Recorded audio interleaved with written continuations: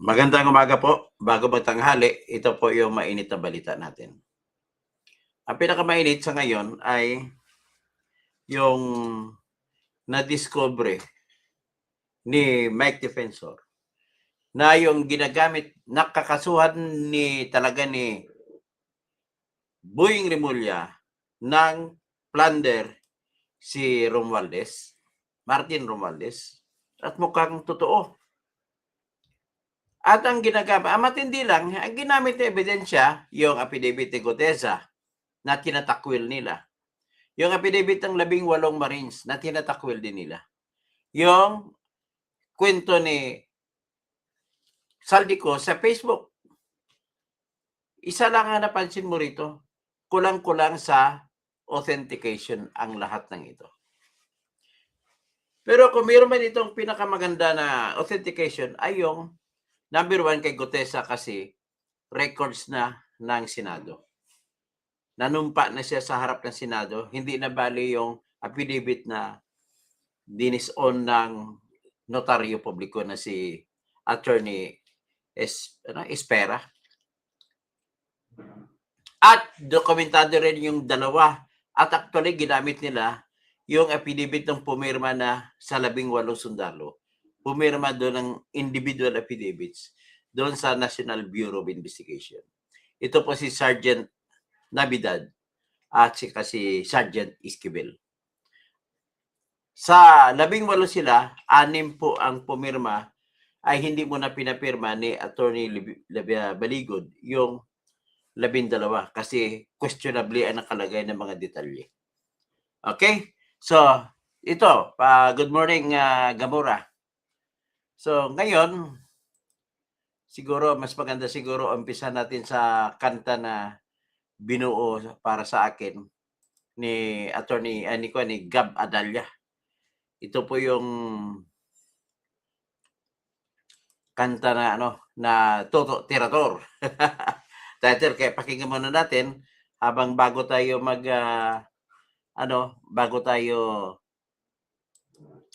magpatuloy sa ating topic ay itutugtog ko muna po yung kanta ni Gab Adalia na binuo para sa akin. Ito po yun ang kantang yan. Kaya maraming salamat ulit, Mr. Gab Adalia. At ginawan mo ako ng kanta na para sa akin. Habang nagpaparami tayo ng audience, pakinggan muna natin ito.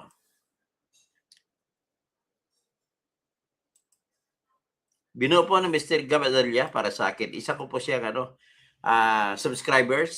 Isa sa mga subscribers ko at talagang bilib na bilib sa akin. Ina-idolize po ako. At maraming salamat ulit sa iyo. At hindi po kayo nagkakamali sa pag-idolize sa akin. At pinaglaban natin hanggang dulo ang katarungan.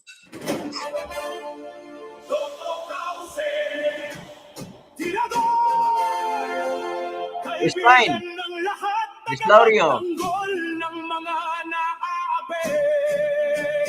Kakampi ng mamamayan laban sa mga tiwaling tao sa lipunan. Todo mirador, walang sinisino, mabuting kaibigan, mahirap na kaaway. Walang takot, isigaw ang katotohanan. Buhay niya ay nandaya para sa inang bayan. Toto Kausing, Toto Kausing, Tirador, kaibigan ng lahat, tagapagtanggol ng mga naapi.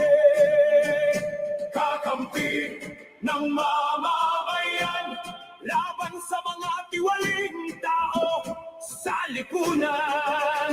Todo mirador, walang sinisino, mabuting kaibigan, mahirap na kaaway. Walang takot, isigaw ang katotohanan. Buhay niya ay nandaya para sa inang bayan. Toto Kausing. Okay, yan So, ulitin natin muna, natin. Yes. Bakit sabihin ako at ako ang Toto Cauce, tirador, kaibigan ng lahat, tagapagtanggol ng mga naaapi, kakampi ng mamamayan, laban sa mga tiwaling tao sa lipunan. Toto Mirador, walang sinisino, mabuting kaibigan, mahirap na kaaway, walang takot, isigaw ang katotohanan. Buhay niya ay nandaya para sa inang bayan. Toto Kausing, Toto Cauce, tirador, kaibigan ng lahat, tagapagtanggol ng mga naaapi, kakampi ng mamamayan, laban sa mga tiwaling tao sa lipunan.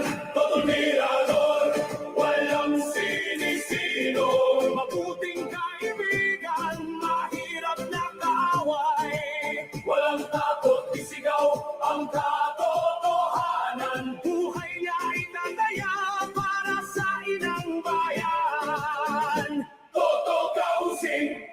Yan, maraming salamat. Maraming salamat, Gab Adalia. Okay, yan.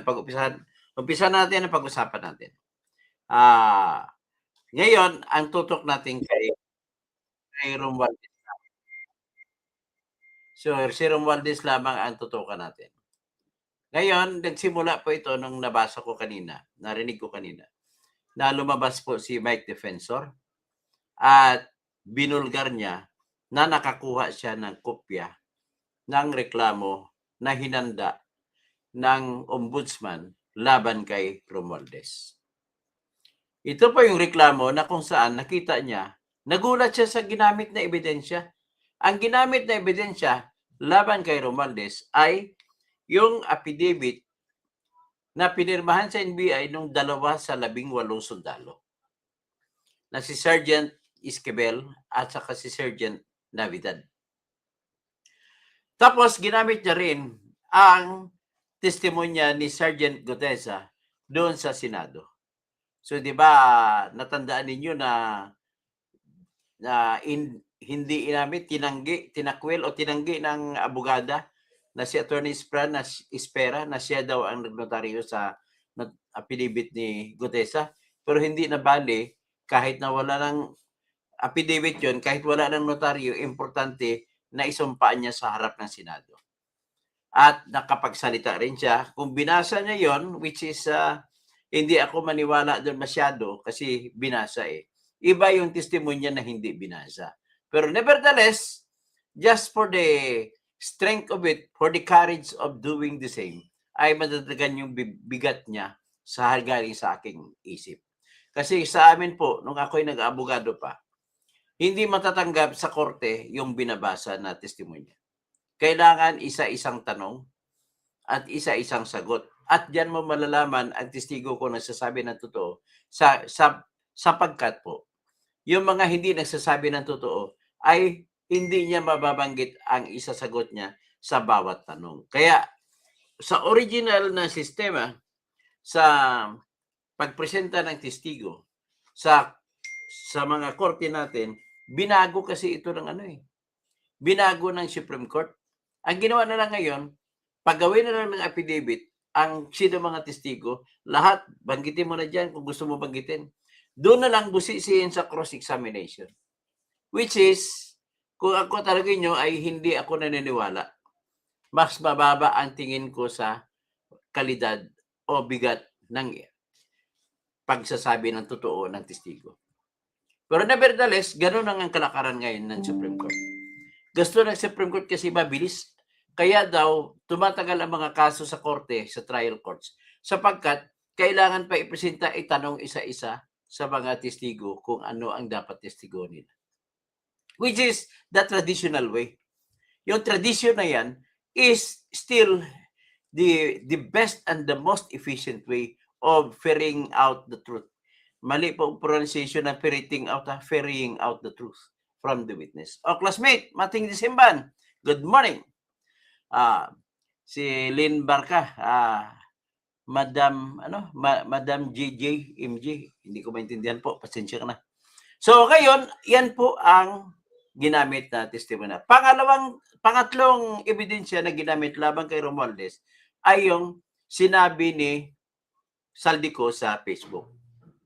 Ladies and gentlemen, siguro kahit hindi kayo abogado, may kaisipan din kayo paano gagamitin ang sinabi ni Saldico sa kanyang Facebook. Kung ang tanong natin ay katotohanan, pwede ba nating maasahan na totoo yun? Ngayon, pwede mo masabi, ano bang pakay? Kung ang pakay ay patunayan mo sa criminal case, of course, hindi ako papayag na gagamitin yun. Kung gagamitin mo kung i-convict mo si Romualdez o hindi, kulang yun.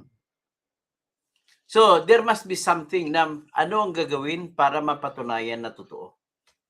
So, the other thing ay lalabas ka kayong testigo na nakapanood sa nilahad ni Saldico sa Facebook. At ang testigong yan ay alam niya kung ano ang Facebook page ni Saldico. Kailangan personal niya ng alam. So sino? Sa mga kaibigan ni Saldico. Kung sino, tapos kung mga 4 na kaibigan, para pare-pareho ang testimonya, magsasabi na totoo po na Facebook account ni Saldico yun. Yan ang unang fact na establish mo. Number 2, paulit-ulit ko pinakinggan at natural ang kwento niya. Kahit nasabi natin na binasa niya, ay natural ang pagkwento. Pero hindi pa rin ako pwede maniwala dyan. Pero may dinugtong siya ng mga supporting evidence, gaya ng mga insertions, 100 billion, may 51 million, ang dami, billion pala ang pinag-usapan. So yun makakadagdag ng bigat na totoo yung sinasabi niya. Plus the fact na may mga maleta na mga litrato na nilagay. Yun, doon na tataas na ang pagpaniwala mo sa Facebook literature ni Saldico. So, yan po ang sitwasyon. So, kung yan ang sitwasyon, matatanggap ba ito na ebidensya laban kay Romualdez? Kung ako tanungin mo, kung ang pakay-labag ay para makasuhan, well, sapat na po yun para, kasi meron namang sinumpaan si Guteza. May sinumpaan na rin yung dalawa na si Sergeant Esquivel at si Sergeant Navidad, na sinumpaan na sila ay nag-deliver ng pera kay Saldico. Kay Guteza naman, ang importansya ng kanyang testimonya ay yung nakatanggap siya ng 46 na maleta galing kay Eric Yap, Congressman Eric Yap ng Benguet. At yung 46 na maleta ay tinanggap, andun siya personal na mismo nakita, tinanggap ni John Paul Estrada at saka ni Mark Texay na mga tauhan ni Saldico. At nakitang-kita din niya na binuksan at binilang isa-isa yung bundles ng pera. So, maasahan mo na testigo si Guteza dyan. Dito pa na kaya binasa niya, doon mo susubukan na ngayon sa korte. Isa-isahin mo sa kanya. Well, naniwala naman ako na kaya niyang ulitin yun. At kung maulit niya sa korte, sa Sandigan Bayan, yun, magiging totoong ebidensya na yun. So, yan po ang pinakahuli pala, lahat ito kay Sergeant Gutez, Sergeant Esquivel, sa si Sergeant Navidad, ay kung ipipresenta na sila sa Sandigan Bayan at maulit nila yung kanilang sinasabi sa affidavit at matatayuan na kahit anong tanong na baliktad na tanong, tumatayo pa rin ang testimonya nila, magiging proof beyond reasonable doubt na yun. Pwede nang makonvict si Saldico doon. Si Romualdez. Yan po yung sinasabi ko na kay Saldico, pwede rin kung maraming tao testigo na kilala. Sabi ko nga, kilala nila Facebook account ni Saldico at kilala nila personal na si Saldico yun. At ang Facebook account ay kanya talaga. Kasi actually sa totoo lang, yung Facebook page ni Saldico ay may tinatawag na blue check. Kung kayo nakakalam sa Facebook, pag may blue check, ibig sabihin verified na ng Facebook na ikaw yun, totoo yun, ikaw yun yung salita. Plus the fact na mayroon magpipresenta ako kung ako yung abogado, ipipresenta akong expert sa mga video at ipa-analyze ko pa sa AI na hindi yun AI para mapatunayan at magagamit pong ebidensya laban kay Romualdez. But then, ladies and gentlemen, pakinggan muna natin si Mike Defensor na siyang nakapagsabi tungkol dyan.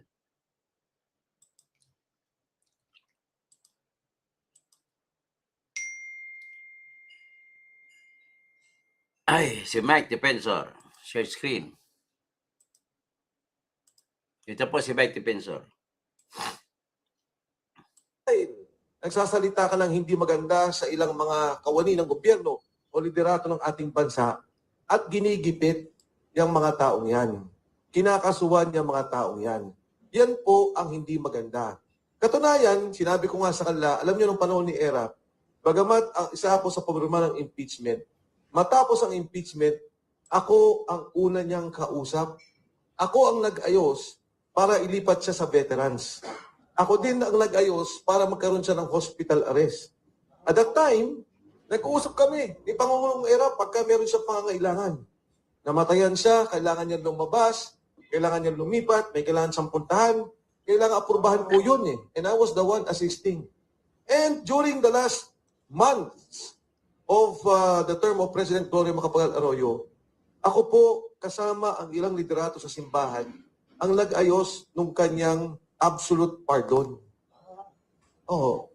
Kasi, yan naman ay nasa larangan ng politika.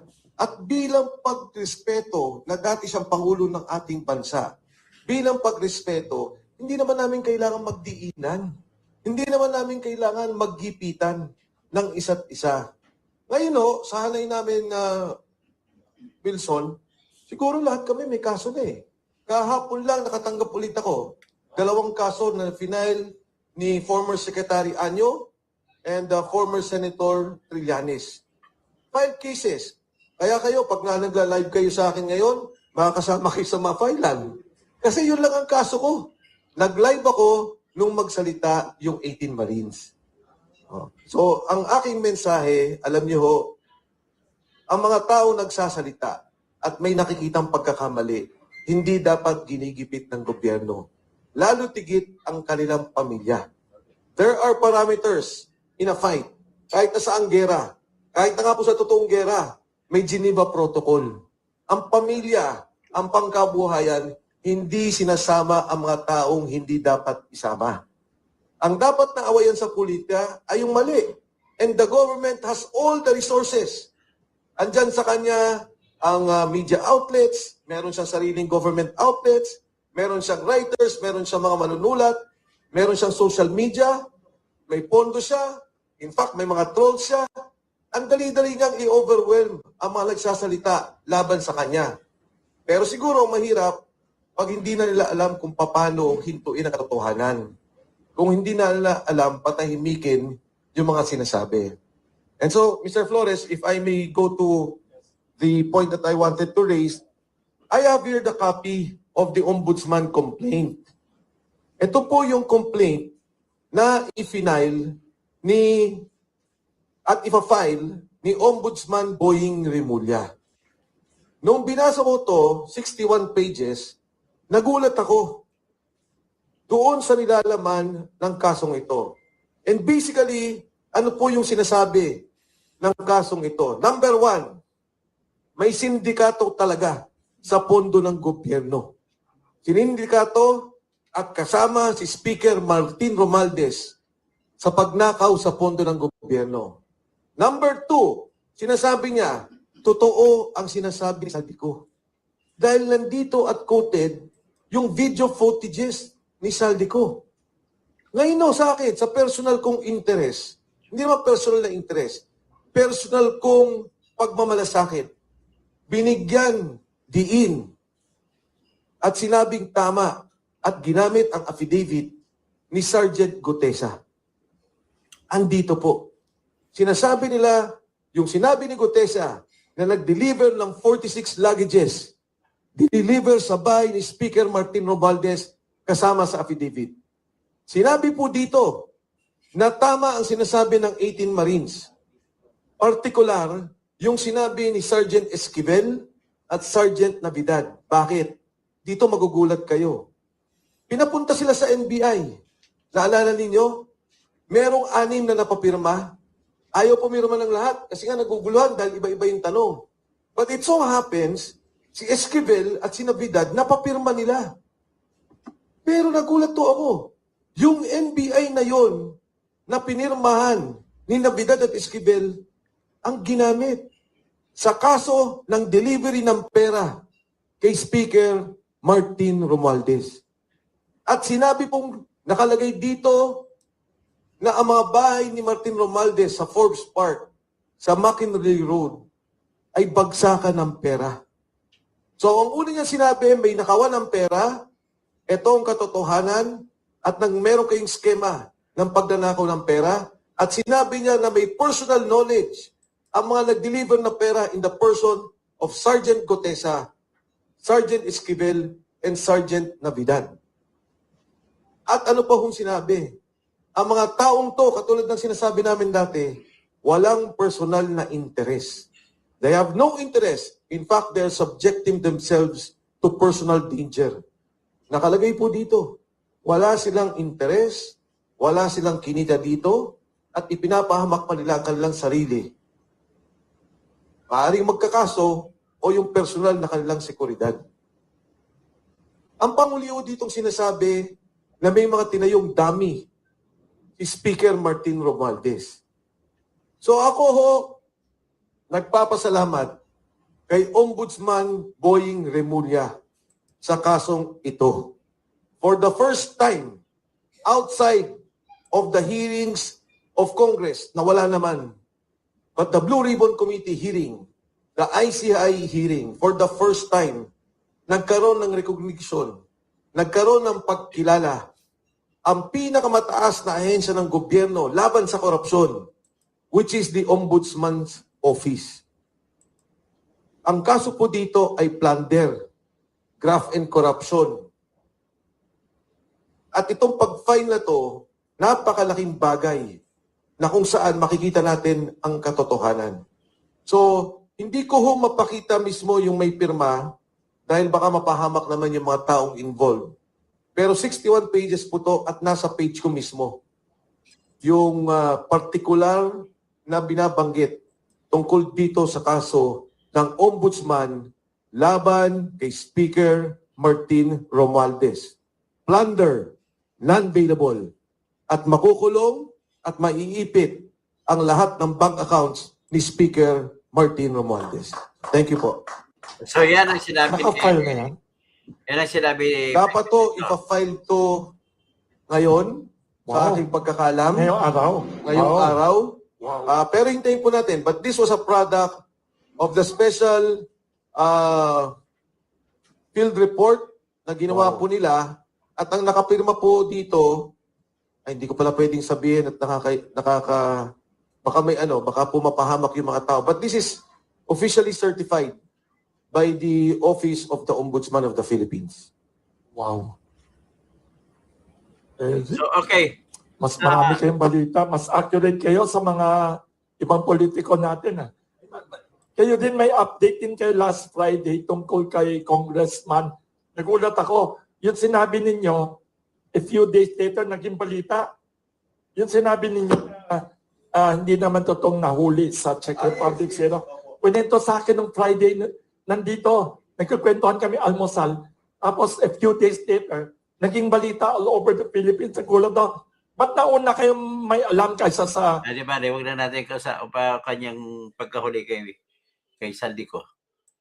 Ang kasunod natin ibabanat ay yung mismo, yung sinabi ni Saldico. Ano ba yung sinabi ni Saldico? Total na alaala naman natin siguro yung sinabi ng mga Marines. Siguro pakinggan muna natin ang sinabi ng Marines. Siguro mas maganda yung gano'n. Ito po, ulitin natin ang mga Umpisa niyan 2020 po si boss ng chairman ng APRO. Yung routine ng pagdi-deliver, yung regular kay dating Speaker Romualdez. Ito ang mga sinabi ng Marines dati. Yes.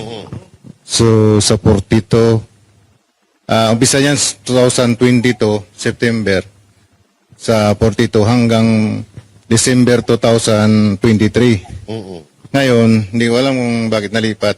Nalipat siya sa 14 Nara Street, South Forbes. doon na po yung sunod na imbakan.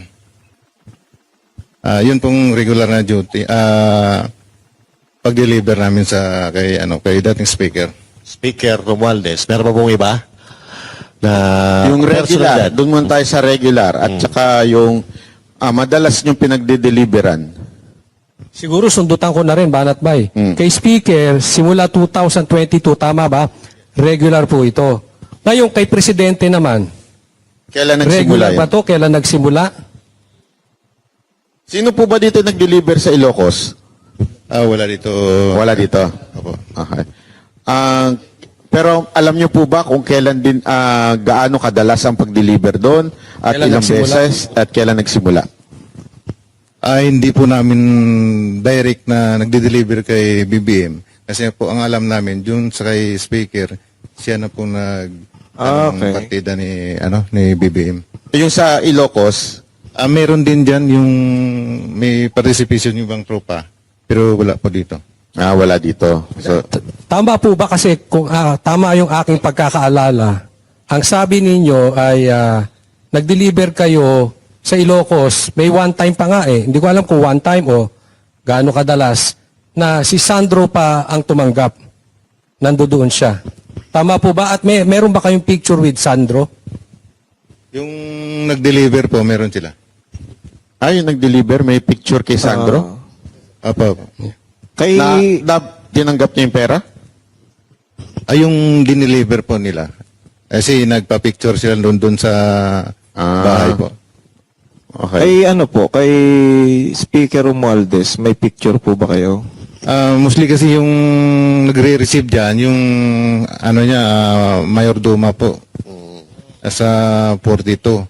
Wala, may picture yung mga EA po. Minsan mag-picture nga umiiwas kami kasi hindi man kami iniisip namin na balang araw gawin namin ebidensya ito. Kasi sa amin po, trabaho lang. Nakikita nyo siya personal, si Romualdez? Wala po siya sa pag mag-deliver po. Okay. Tundutan ko na rin yan. Sa dami-dami ng deliliberan nyo, sino yung nakikita nyo ng personal na politiko o government official? Yung talaga nakita ninyo? Kahit hindi tumanggap pero nakita ninyo? Sa townhouse naman, marami pong politiko dyan na pumupunta at nakikita po namin na paglabas nila, meron na pong dadala na paper bag, expandable envelope. Kasi yung dala-dala po nila, kami pong nagdala yan galing sa Horizon, pinakarga sa van para pagdating dun sa Saan yung townhouse. townhouse? Manila Polo Club Townhouse. Sir, sinong sila yan? Sinong nila? Sino-sino itong mga to? Marami po dyan. Mari po ba kayo magpangalan? Nang naalala ninyo? Sa akin nakikita ko, dalawang beses si Senator, si Kong De Lima po. Dalawang beses ko siya nakita. Oo. Yung iba po. May bit-bit ba siyang expandable na, no? Meron po, meron. Ayun. Meron siyang bit-bit mismo. Siya mismo yung bumit-bit. Boss, linawin lang natin kasi ito nakikita natin sa social media, itinanggi ni De Lima. So gusto namin marinig sa inyo mismo na si Congressman De Lima ay nakita nyo na may bit-bit-bit-bit. Opo, sir. Ayun, malinaw. Kasi Iba ata siya congressman. No. Hindi pa. Pero anong nararamdaman ninyo? Sigurado naman napapanood nyo yung news, di ba? Ano yung nararamdaman ninyo na, eto nakita ko to diniliberan pero deny ng deny ngayon. Anong nararamdaman ninyo? Sige, sir. Yung may... Naiinis, sir. Nainis? Kasi parang kami pa yung lumalabas na mali. At sinungaling. Mukha nga inis si sir. Oh. Sino pa? Kasi hindi naman po namin sasabihin yun kung halimbawa ko lang po, sir, no? Ordinaryong mamamayan lang po ako. Paano ko po malaman yung bahay niya kung hindi ako napunta doon? Yun. Makes sense. Tama. Oo. Ito pa, boss. Di po ba, sir? Sino pa po? Ano yung nararamdaman nyo tuwing napapanood nyo sa TV? Itong taon to, dinimanda pa yung abogado namin. Talaga namang tumanggap siya. Sir, isa lang masasabi ko, don't shoot the messenger. Yon. Ayun. magaling. Ito, diretsuin ko na yung tanong siguro. Diretsuin ko na. Si Senator Soto, meron bang nakapag-deliver kay ano dito? Wala sir, magano kasi minsan ginawa niyang Itbulaga eh. Ah. Ang ganda sir, nung ako yung ano diyan, yung team advance. Ikaw. So, nauna kami sa area sa Baclaran, sa building, sa opisina yata dyan sir sa Baclaran.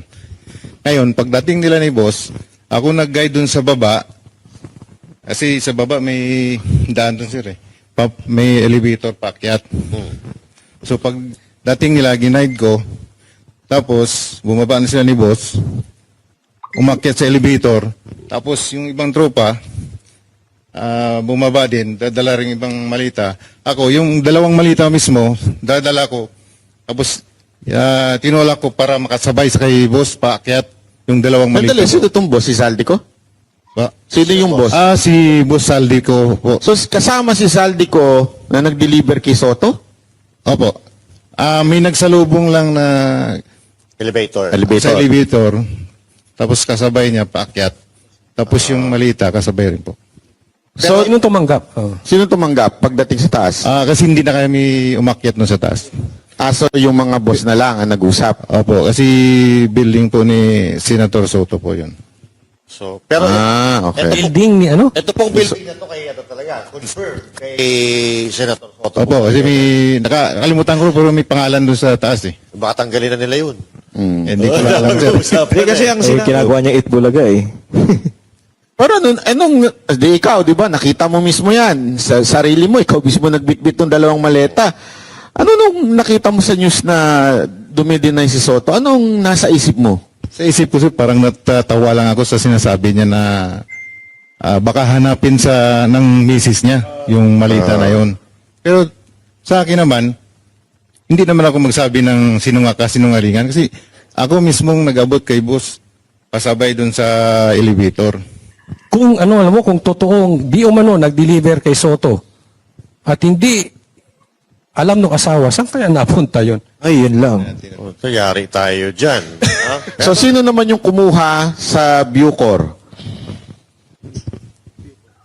Yung, di ba, meron daw ng galing na pera mula dun sa Bucor tapos dinala sa bahay ni Saldico? Dinala po sa basement 3, sir, sa Shangri-La, sir. Basement 3 ng Shangri-La. So, from Bucor? Hindi ko po alam sigurado kung galing sa Bucor mismo, sir. Paano mo, saan mo kinuha? Bali, dineliver po, sir, ng 2 sasakyan, sir. 8 malita, 4 na large, saka 4 na medium size. Medium Hindi, paano mo nasabi yun na... Kasi yung nagmi-meeting, sir, si Bucor Katapang at saka si Boss Saldico doon sa Shangri-La, sir, sa High Street. Nagpasama po si Paul Estrada, sir, na kung pwede pakisamahan siya para i-diskarga yung mga laman ng pick-up, yung mga 2 sasakyan, sir. So, linawin natin. So, may meeting si Saldico at saka si Katapang. Yes, sir. Kanino yung sasakyan na pinagkuhanan ng maleta? Sa inyo ba? O hindi nyo Hindi sa amin, sir. So hindi galing sa inyo, nagpasama lang si Paul para kunin, tapos inilipat. Iniakyat namin sa number 56 Horizon Home, sir, sa condo unit ni Boss Saldico. Okay. Ano to, one time lang ba to nangyari o regular na nagbibigay Sa partisipasyon ko, sir, isang beses lang ako naka-concert. Ano ba sa iba na Actually, sir, 2 kami nung nagpunta doon sa baba ng Shangri-La sa level 3. Kami nagbuhat nun, lipat sa sasakyan namin. Tapos inakyat namin doon sa 56 sa Horizon. Saka may mga iba pa kaming mga kasamahan, sir. Tulad nila... pero isang beses lang to? Sa akin, sir, isang beses lang, sir. Sa akin din, sir. Yun na lang yung isang beses. So after nyo matid, alis na kayo? Yes, sir. So wala namang pag pinag-deliveran, kinuha ni Saldico yung kalahati, tapos, ito, dali nyo na sa iba. Walang ganon. Wala ganun, sir. Siguro, nung pagkatapos nung ibang araw, yun na, in-deliver na yata kung saan yung ipa-deliver po. Kuha na kasi si Raymond. Meron pa po ba dito na naalala na pinag-deliveran ninyo na kayo mismo personal nakita ninyo o alam ninyo na ito ay sa particular na tao na ito? Meron po ba kayo naaalala? Sige. Sir, Ayan, ako si sir, nag-deliver po ako sa residence ni former Senator Trillanes. Sa bahay niya? Correct, sir. Okay. Maleta o envelope? 2 envelope. Hindi mo binibilang yung laman nun? Sir, ang concern talaga kung sino nagbibilang dyan, sir, ay yung mga AE. Kasi kami, sir, driver bodyguard lang. So, ang concern lang namin, magmaneho, ang pagbibilang ng pera, yung mga AE. So, nung diniliver mo sa kay Trillanes, siya ba ang tumanggap? Tao niya ba? Sir, yung pagdating na namin doon sa bahay nila, si Mark Tiksay na po yung pumunta doon sa loob ng bahay. Paano mo nalaman ng bahay ni Trillanes yun? Sir, 2 beses po ako nagpunta doon. At saka yung bodyguard niya ay nadoon kabats ko din. Okay. Okay. At saka, isa pa sir, dagdag ko pa. Noong panahon na nagdadrive pa ako kay Joey De Guzman, 2 beses ko din na sinundo doon sa may DBA, Dasma Village, Makati, si former Senator Sonny Trillanes. Kasi ayaw niya magpakilala, sir. So hindi ko alam kung bakit ayaw niya magpakilala. So sinundo ko doon sa may gate ng Pasay Road. May nabanggit kang Joey De Guzman. Sino ba ito? Ito ba yung media personality? Media siya, sir. Siya yung pinag-drive namin. 2 po kami dati. Nagkapalitan. Sige, Mike, sir. Bali ako yung nandun una, sir, 2024, andun ako. Kay Joey De Guzman. Yes po. Nung nalipat ako sa team ni ni Madam, ni Maylin Arco, si Top Taber doon na pumalit sa akin. Ganun pa rin yung aktibidad namin, sir. Activity ng saan ihatid yung pera. Pero, di ba, tama ba ako? Ito ba yung sa media? Ito si Joey De Guzman? Tama ba? Yes po. May mga kasama pa yan sila, sir. Hindi ko lang muna baggitin kasi nasa private individual. Wala din po sa affidavit. Okay. Yun po ang reason bakit hindi namin sinama. Yung isang halimbawa lang yan, sir, si Joey De Guzman. Joey De Guzman po. Pero siya, nakakatanggap din. Possible, sir. Meron pa, sir. Ako po, sir, kay dating Senator Trillanes, nakapag-deliver din po ako doon ng 2 beses sa residence niya. Folder o maleta? Yung una po naming dineliver doon, sir, ay paper bag. Oo. Tapos, kasama ko po noon si Paul Estrada, yung iipo ni Kong Saldi. Yung pangalawa po, 6 na malita yun. Kasama ko na po si Mark Tiksay. Yung EA din po yan ni boss. Kaya kung ano man po yung inaano niya sa TV, todo deny po, imposible naman siguro. Anong nararamdaman nyo nung siyang unang-unang pumiyok at nagalit? Kaya nga at po, sir, dinimanda naiinis lahat? kami, sir, eh. Ha? Kaya nga po, sir, naiinis kami. Nagagalit ka rin po kasi totoo yung sinasabi mo, eh. Tapos, pinapasinungalingan niya.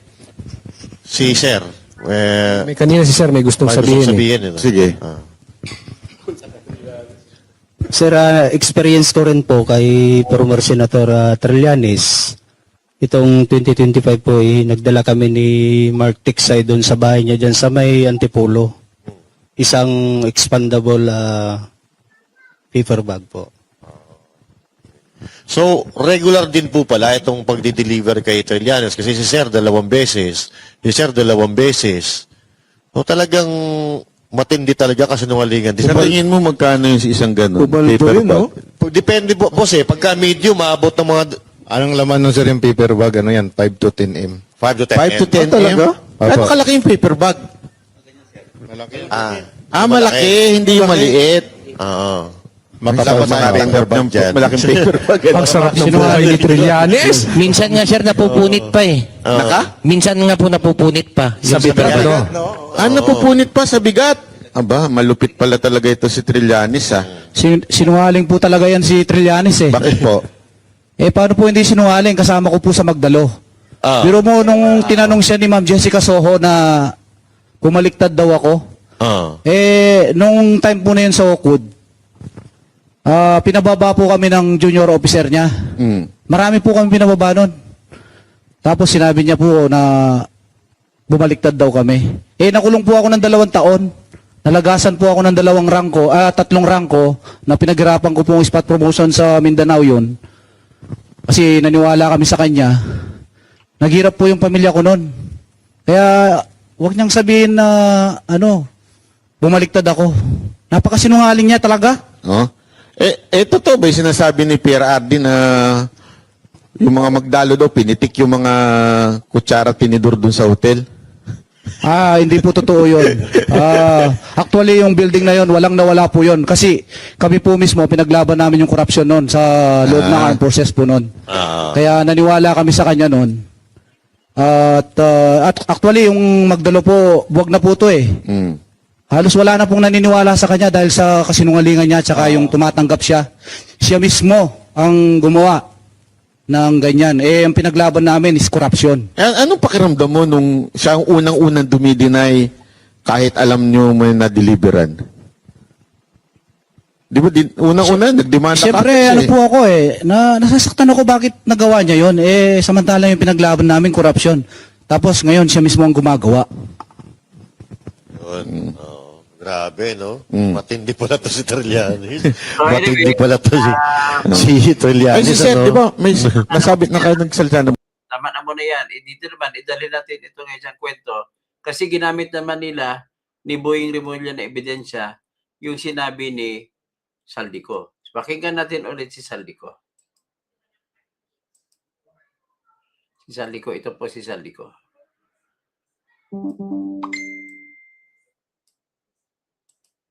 Kung ano sinabi ni Saldico tungkol kay Romualdez. Ito po.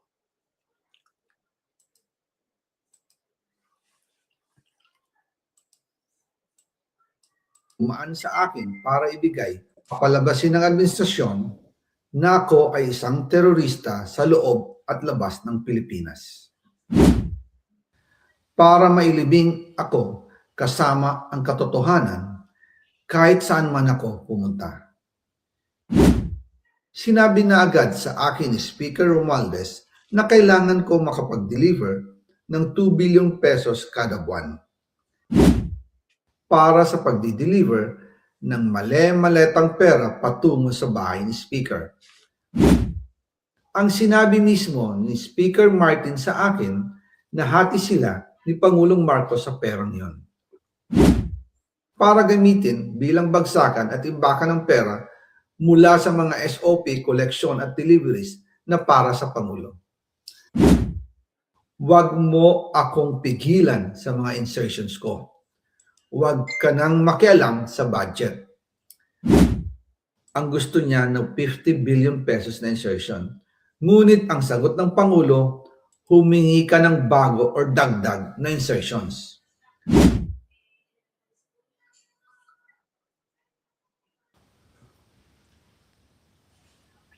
Magandang araw po sa inyong lahat. Bago ko ipagpatuloy ang aking paliwanag, nais ko munang magpasalamat sa inyo. Maraming salamat sa inyong bukas na isipan, sa inyong pasensya, at sa pagtanggap ninyo sa mga impormasyong aking ibinabahagi. Alam kong hindi madali ang mga paksang ito. Mabibigat at mahirap tanggapin. Hindi po ako makauwi dahil malaki ang banta sa buhay ko. Ngayon naman, ay meron kaming natanggap na balita. Papalabasin ng administrasyon na ako ay isang terorista sa loob at labas ng Pilipinas. Para mailibing ako kasama ang katotohanan kahit saan man ako pumunta. Pero mahalagang malaman ng taong bayan ang katotohanan. Muli, Taos-puso akong nagpapasalamat sa inyong pakikinig. Una po sa lahat, sinasabi ng ICI at ni Henry Alcantara na 21 billion pesos daw ang napunta sa akin. Hindi po totoo yun. Wala akong natanggap na ganyang halaga. Ang totoo, mula 2022 hanggang 2025, ang kabuuang pera na dumaan sa akin para ibigay kay Pangulong Bongbong Marcos at kay dating Speaker Martin Romualdez ay umabot sa 56 billion pesos at hiwalay pa dyan ang 100 billion pesos insertion ng Pangulo sa 2025 budget. Pati na rin ang 97 billion pesos flood control insertion na inilagay sa NEP ng 2026 national budget. Balikan natin kung paano ito nagsimula. Noong 2022, kakaupo ko pa lang bilang chairman ng House Committee on Appropriations, sinabi na agad sa akin ni Speaker Romualdez na kailangan ko makapag-deliver ng 2 billion pesos kada buwan. Makalipas ang ilang araw, tumawag sa akin si Yusek Bernardo. Sabi niya, kailangan ng tulong ng Bulacan sa problema nila sa baha. Pinapunta niya sa opisina ko sa Kongreso si DPWH District Engineer Henry Alcantara. Sa naging meeting namin ni Alcantara, siya mismo ang nag-offer kung paano ang hatian sa mga proyekto ng DPWH. 22% para kay Speaker Romualdez, 2% para kay Yusek Bernardo, at 1% para sa kanya. Doon po nagsimula ang tinatawag nilang deliveries. Ang sistema po ay ganito. Ang mga tao ni Henry Alcantara ay nakikipag-ugnayan sa mga tao ko na sina Paul Estrada at Mark Tiksay. Sila ang tumatanggap na pera mula sa mga tao ni Alcantara. Minsan sa bahay ko sa Valle Verde, minsan naman sa BGC parking. Pagkatapos nilang makuha ang pera, sila Mark at Paul naman ang nag-aayos o nakikipag-coordinate sa tauhan ni Speaker Martin Romualdez na si Jocelyn Sereño para sa pagdi-deliver ng male-maletang pera patungo sa bahay ni Speaker. Una, sa North Forbes Park sa McKinley Drive at nang lumipat siya sa number 14 Nara Street, South Forbes Park. Gusto ko pong linawin, hindi ako nakikialam sa mismong proseso ng paghatid. Dumaan lang po sa akin ang pera na agad dinideliver kay Speaker Romualdez. Ako lang po ang nagko-confirm sa text kay Speaker kapag nadala na ang pera sa bahay niya. At lahat ng ito mula sa unang utos noong 2020. Okay. So anyway, more or less, alam naman natin kung anong sinabi ni Saldico.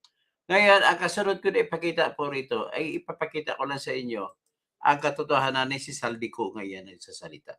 Ito po.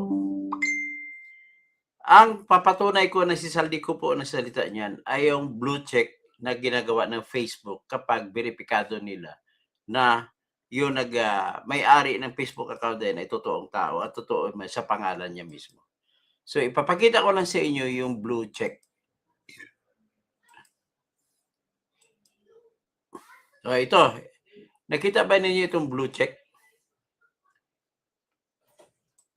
Yung blue check, ito yung check sa kan, yung check na blue, kulay asul. Dito sa Facebook, yan po ginagamit ng Facebook na palatandaan na totoong tao, totoong si Saldico. Yan o, blue check. So, ibig sabihin po, yung blue check na ito, verified, sabi ng kinlik ko, accounts with a verified badge have been authenticated and can be meta-verified. Subscribers or notable persons or brands. So, yan po ang ibig sabihin yan. So, ngayon, sa blue check na yan, alalahanin natin, ibalik ko kayo dun sa mga mali-malitang pera na pinalabas si Saldico na dineliver nila kay Martin Romualdez. Ito po yun. So, ipakita natin isa-isa. Yan, dami niyan, ha? Yan. Dami-dami yan. Mali-malita. Yan ang, kasi kakasuhan ngayon ni Ombudsman, si Martin Romualdez, at yan gagamitin ebidensya, ito po. So, nakapagtataka naman na dati ay Hindi, tahasang sinasabi ni Remulla na hindi daw kapanipaniwala. Pero ba't kayong ginagamit niya ng ebidensya laban kay Romualdez? Yan ang napakalaking tanong. So yan po yan. Napakaraming maleta na delivery. Ayan. So ito po yung listahan ng dates of delivery. 01 September 2022, pinakaunang delivery ay 450 million. Pangalawang delivery, September 17, 2022, 550 million. At ang pinakahuling delivery, andito, ang dami. Yan, no? Pinakahuling delivery ay December 24, 2024. Hindi, 25, August 5, 2025. Ito, 216 million. So, yan po yung mga ebidensyang gagamitin ni Remulla laban kay Romualdez. So, ano makikita ninyo rito? Ang makikita ninyo rito ay, ibig sabihin po, naniwala na po. Ang kabila ng katotohanan, ang katotohanan yan ay naniwala pala sila sa ebidensya ng mga sundalo at ebidensya na nilatag ni Romualdez. Ni Zaldico. Kasi kung hindi kapanipaniwala, dapat hindi gagamitin ni Remulla laban kay Romualdez. Ito na lang, pakinggan natin ito muna pakita lang natin si Gutesa.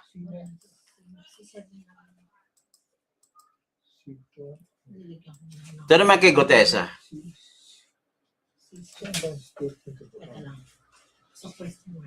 Ay lumabas upang magsalita sa isyu na ito. Bilang isang dating sundalo, inaalay ko ang aking buhay para sa ating bansa. Sa pagkakataong ito, nagdesisyon akong magsalita at maglabas dahil ayokong maging masama ang kinabukasan ng aking mga anak, apo ko sa darating na panahon. Ayoko pong naririnig ko at napapanood ko sa pagdinig ng Blue Ribbon Committee. At ngayon ko po napagdugtong-dugtong yung naging partisipasyon ko po sa anomalya at korupsyon na ginawa at lumalabas sa hearing na ito. Yung palang pera na binubuhat namin at dinideliver mula sa masamang gawain na nagdulot ng baha na ikinamatay ng tao at imbes na gamitin ang pera sa edukasyon, medikal at programa na mapunta lamang pala sa bulsa ng mga politiko. Mabigat po sa akin magsalita dahil may pamilya ko. 4 ang anak ko, nag-aaral pa. May asawa ako at nangangalaga sa aking mga anak at marami akong kasama sa operasyon na may kinalaman sa ibabahagi ko sa inyo. Nagtatrabaho lang po kami ng mga kasama kong sundalo sa Philippine Marines. Huwag sana isipin na aking mga kasama na nagtatraidor ako. Ako sa aming trabaho at pinagsamaan dahil pare-parehas kaming may pamilya at gusto lang naman naming ayusin ang kinabukasan ng bawat isa. Yan sa tayo. Na-hire ako bilang security consultant sa Ako Bicol sa Bonifacio Global City kung saan nakatira si Kong Zaldico. Tuwing may duty at detailed ako sa basura, it means itong basura, ito yung box ng pera na pinag-uusapan natin. Tuwing may duty detail ako sa basura, pumupunta kami sa 28 Ladybug Corner, Dragonfly, Valle Verde 6, Pasig City. Tagabuhat lang ako ng malita ng basura. Ang ibig sabihin ng basura ay malita na may lamang pera. Ang bawat malita ay may lamang humigit kumulang 48 million pesos.